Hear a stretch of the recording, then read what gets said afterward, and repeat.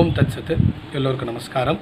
காஞ்சிபுரத்தை அடுத்து அரசாணிப்பாலை அப்படின்ற கிராமத்தில் சுவாமி வெங்கடாத்வரி அப்படின்ற ஒரு பெரிய கவி இருந்தார். அவர் விஸ்வகுணாதர்சன சம்பு அப்படின்ற ஒரு சம்பு கிரந்தத்தை எழுதியிருக்கார். அவருடைய ஒரு அபரிமிதமான அதி ரமணீயமான ஒரு கிரந்தம் தான் ராகவ யாதவீயம் அப்படின்றது. இந்த ராகவ யாதவீயத்தில் மொத்தம் 30 ஸ்லோகங்கள் இருக்குது. இந்த 30 ஸ்லோகங்களை நீங்கள் இடமிருந்து வலமாக வாசிச்சேன்னா அது ராமனுடைய சரித்திரத்தை சொல்கிறதா இருக்கும். அதே ஸ்லோகத்தை திரும்ப வலமிருந்து இடமாக நீங்கள் வாசிச்சிங்க அப்படின்னா அது ஸ்ரீ கிருஷ்ணருடைய பாரிஜாதாபகரண கட்டத்தை சொல்கிற மாதிரியே தானே இருக்கும்.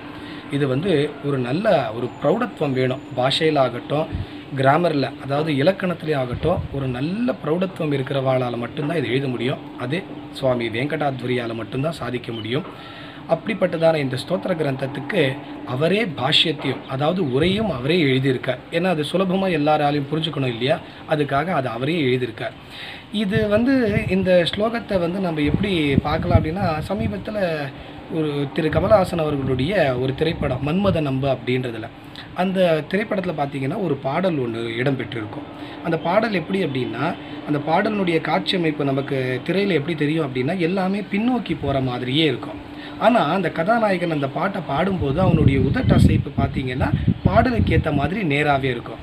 இது எப்படி பண்ணியிருப்பாங்க அப்படின்னா, அந்த பாடலை முதல்ல ஒலிப்பதிவு பண்ணி ரெக்கார்டு பண்ணி அதை ரிவர்ஸ் ஆர்டரில் திரும்ப ரெக்கார்டு பண்ணிட்டு அதை அந்த கதாநாயகன் கேட்டு கேட்டு கேட்டு பழகி ரிவர்ஸில் அந்த காட்சிகள்லாம் நேராக எடுக்கும்போது இவர் உதட்டை திருப்பி பாடியிருப்பார், பின்னோக்கி பாடியிருப்பார். அப்போ என்ன ஆகும்னா, அந்த காட்சியை நேராக காமிக்கும்போது பின்னோக்கி காமிக்கும்போது அந்த காட்சியில் உதட்டு அசைவு என்ன ஆகும்னா பாட்டுக்கு ஏற்ற மாதிரி நேராக இருக்கும். இது 500 வருஷத்துக்கு முன்னாடி நம்ம வெங்கடாத்வரி சுவாமி பண்ணியிருக்கார் இந்த ராகவ யாதவீயம் அப்படின்றதில். உங்களுக்கு புரிஞ்சுக்கிறதுக்காக நான் ஒரு வீடியோ ஒன்று இதில் இணைச்சிருக்கேன். அந்த வீடியோவை பாருங்க. அதில் பார்த்தீங்கன்னா ஒரு ஸ்லோகத்தை நான் முதல்ல சொல்கிறச்ச திரும்ப நிட்டுக்கிற மாதிரி நான் சொல்லியிருப்பேன். அதே அந்த ஸ்லோகத்தை அந்த வீடியோவே திரும்ப ரிவர்ஸ் ஆர்டரில் போட்டிருப்பேன். பேக்ரவுண்டில் அதுக்கு ஒரு ஆடியோ அந்த ஸ்லோகத்தினுடைய ரிவர்ஸ் ஆர்டரை போட்டிருப்பேன். அப்போ பார்த்தீங்கன்னா திருமணை நான் எடுக்கிற மாதிரி, அதாவது இட்டுன்றதை அந்த ரிவர்ஸ் ஆர்டரில் அப்படியே எடுக்கிற மாதிரியே அது தெரியும். இதை பார்க்கும்போது உங்களுக்கு புரியும் சுவாமியினுடைய பிரௌடத்துவம் என்ன, சுவாமியினுடைய பாஷா லட்சணம் என்ன, சுவாமியினுடைய பாண்டித்யம் என்ன அப்படின்றது. எல்லோரும் பாருங்க, அந்த புஸ்தகத்தை வாங்கி வாசிங்க. வெறும் 30 ஸ்லோகம் தான்.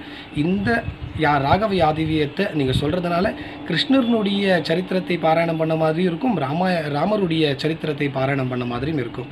எல்லோரும் அவசியம் படிக்க வேண்டிய ஸ்தோத்திர கிரந்தம். தன்யவாதா. நமோ நமஹ. மாராமம் சுகுமாராபம் சாஜாப நிருதாஸ்ரிதம் காவிராமதலாபாகோ சமாவாமதரானதே தேன ராத்தமவாமாச கோபாலாதமராவிகா தம் ஸ்ரிதா நிருபஜாசார பம் ராமா குசுமம் ரமா.